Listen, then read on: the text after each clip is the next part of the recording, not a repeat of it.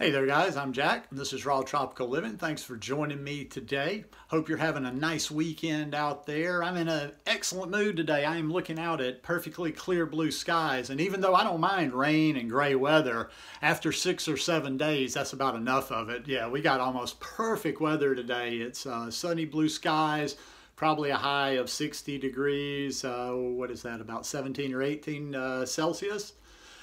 Anyhow, our little weekend talk this week is letting go of toxic ego.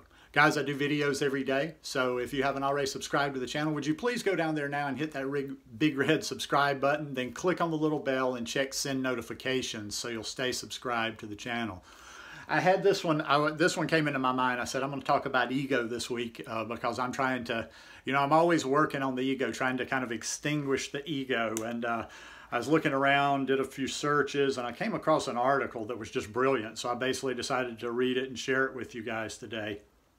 This is funny. As I'm getting ready to do this, I'm already anticipating. I do these on Saturday night. I usually get at least one kind of wackadoodle that just goes absolutely berserk on it.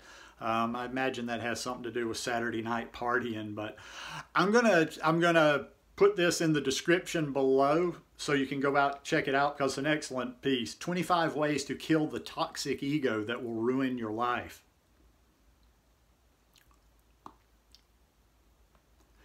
The artist Marina Abramovic has said, the moment we begin to believe in our own greatness, that we kill our ability to be truly creative. What she is talking about is ego, the way that self-absorption ruins the very thing it celebrates.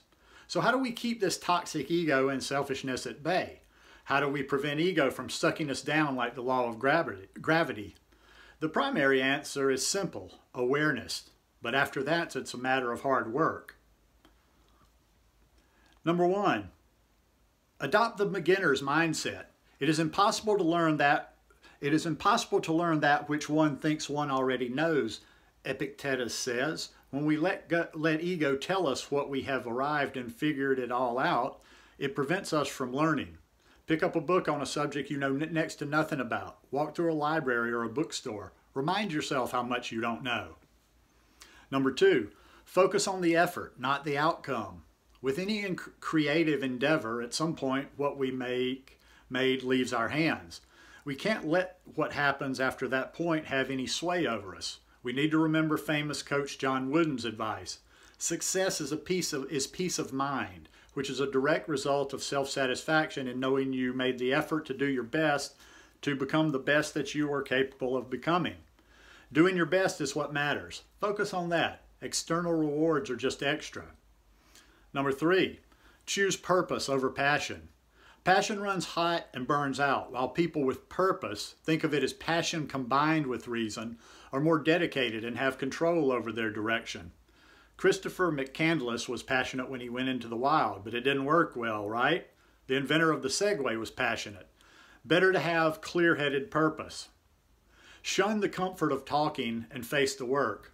Void, Marlon Brando once said, is terrifying to most people.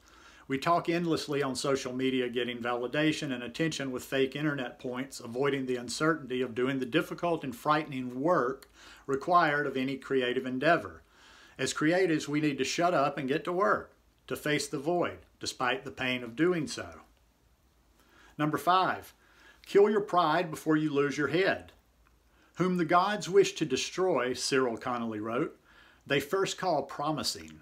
You cannot let early pride lead you astray. You must remind yourself every day how much work is left to be done, not how much you have done. You must remember that humility is the antidote to pride.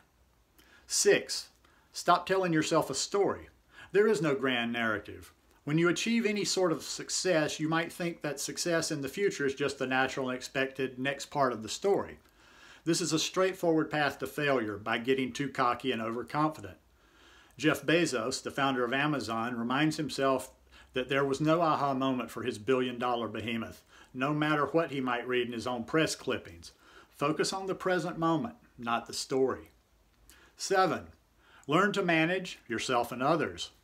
John DeLorean was a brilliant engineer, but a poor manager of people and himself. One executive described his management style as chasing colored balloons. He was constantly distracted and abandoning one project for another. It's just not enough to be smart or right or a genius. It's gratifying to be the micromanaging, egotistical boss at the center of everything, but that's not how organizations grow and succeed. That's not how you can grow as a person either. 8.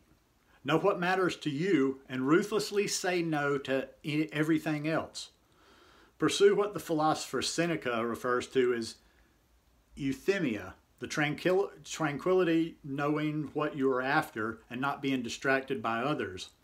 We accomplish this by having an honest conversation with ourselves and understanding our priorities, and rejecting all the rest, learning how to say no. First, by saying no to ego, which wants it all. Forget credit and recognition. Before Bill Belichick became the 4-time Super Bowl winning head coach of the New England Patriots, he made his way up the ranks of the NFL by doing grunt work and making his superiors look good without getting any credit. When we are starting out in our pursuits, we need to make an effort to trade short-term gratification for a long-term payoff.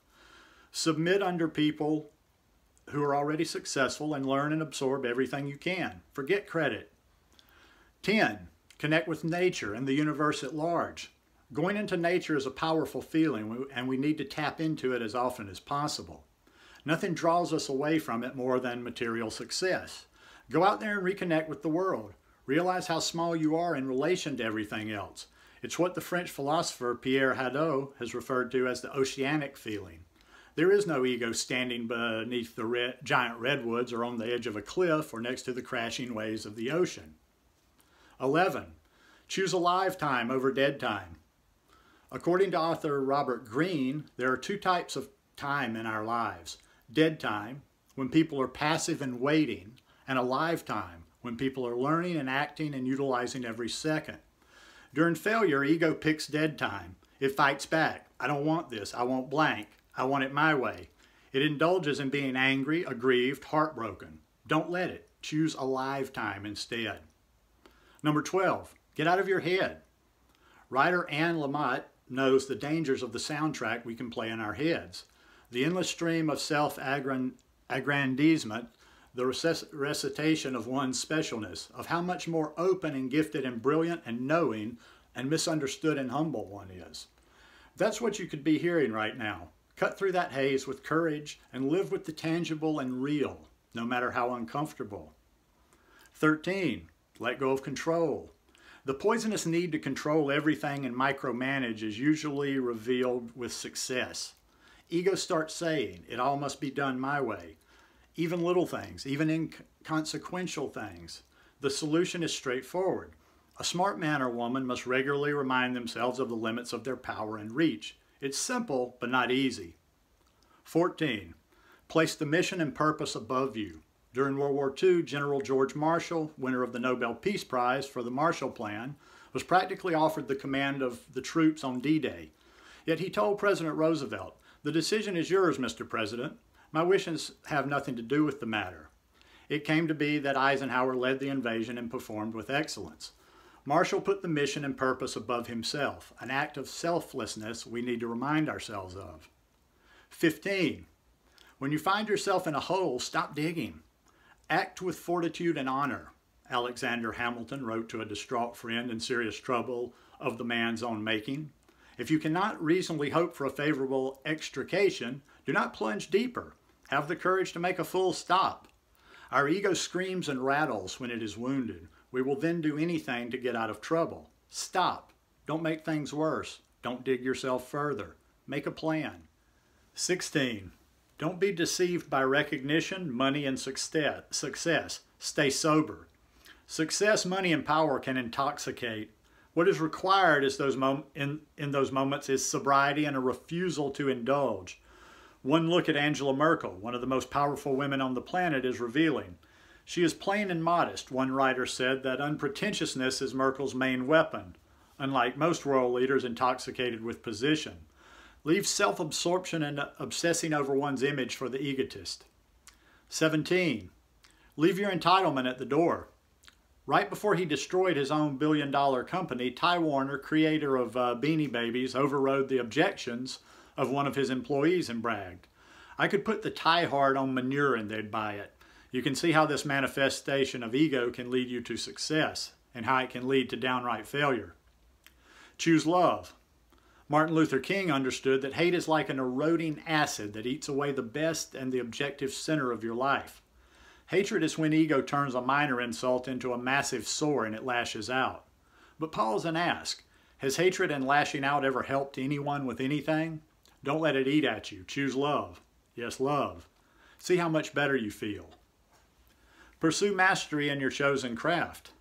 When you are pursuing a craft, you realize that the better you get, the humbler you are, because you understand there's always something you can learn and you are inherently humbled by this fascinating craft or career you're after. It is hard to get a big head or become egotistical when you've decided on that path. 20. Keep an inner scorecard. Just because you won doesn't mean you deserve to. We need to forget other people's validation and external markers of success. Warren Buffett has advised keeping an inner scorecard versus the external one. Your potential, the absolute best you're capable of, that's the metric to measure yourself against. 21. Paranoia creates things to be paranoid about. He who indulges empty fears earns himself real fears, wrote Seneca, who as a political advisor witnessed destructive paranoia at the highest levels. If you let ego think that everyone is out to get you, you will seem weak, and then people will try to take advantage of you. Be strong, confident, and forgiving. 22. Always stay a student. Put yourself in rooms where you're the least knowledgeable person. Observe and learn. That uncomfortable feeling, that defensiveness that you feel when your most deeply held assumptions are challenged. Do it deliberately. Let it humble you. Remember the physicist John Wheeler put it, as our island of knowledge grows, so does the shore of our ignorance. 23. No one can degrade you, they degrade themselves. Ego is sensitive about slights, insults, and not getting their due. This is a waste of time. After Frederick Douglass was asked to ride in a baggage car because of his race, someone rushed to apologize for this mistreatment. Frederick's reply, "They cannot degrade Frederick Douglass. The soul that is within me, no man can degrade. I am not the one that is being degraded on account of this treatment, but those who are inflicting it upon me." 24. Stop playing the image game. Focus on a higher purpose.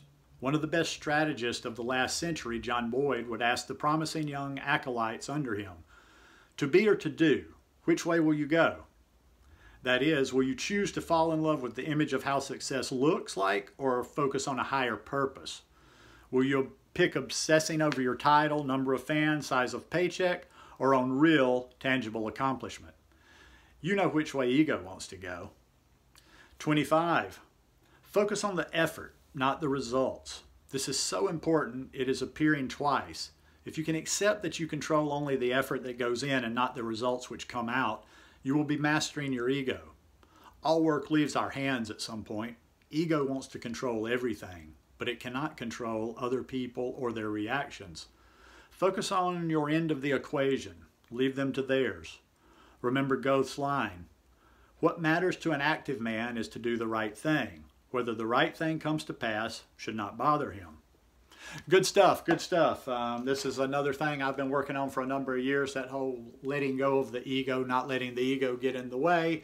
And I will continue to try to catch myself as much as possible in 2019. Anyhow, hope you enjoyed this little reading today. If you like it, I'd appreciate it if you give me a thumbs up, and I'll see you again tomorrow. Peace.